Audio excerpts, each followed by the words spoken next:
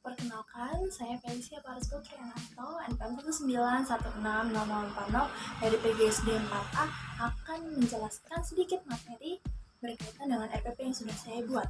Jadi saya membuat RPP dari tema 8 yang judulnya Lingkungan Sahabat Kita dan subtema 2 Perubahan Lingkungan.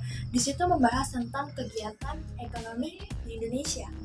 Kompetensi dasarnya adalah menganalisis peran ekonomi dalam mensejahterakan masyarakat.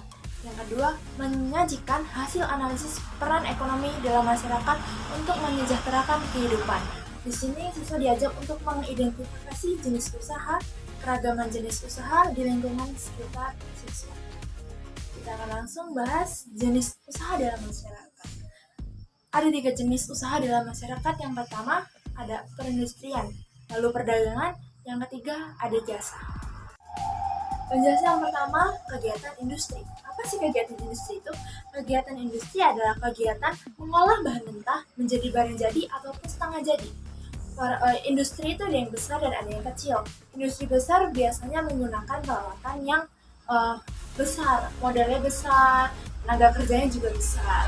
Kalau industri kecil biasanya menggunakan peralatan yang sederhana, model lebih kecil dan tenaga kerjanya lebih sedikit daripada industri besar.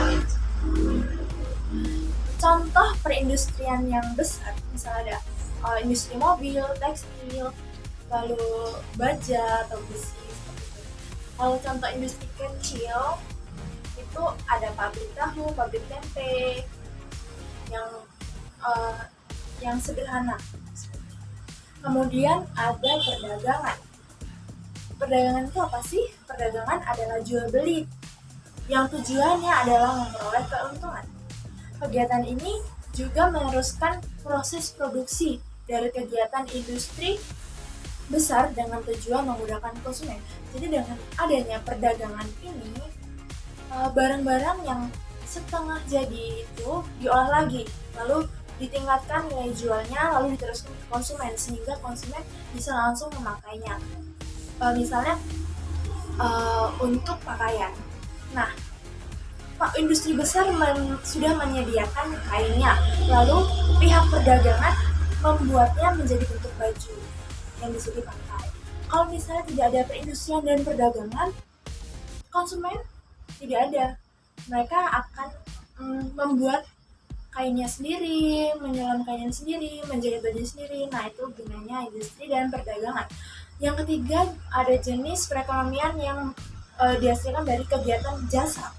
Jasa apa sih? Jasa itu merupakan aktivitas yang ditawarkan produsen kepada konsumen dengan memberikan pelayanan. Dalam kegiatan perekonomian jasa ini memerlukan keahlian.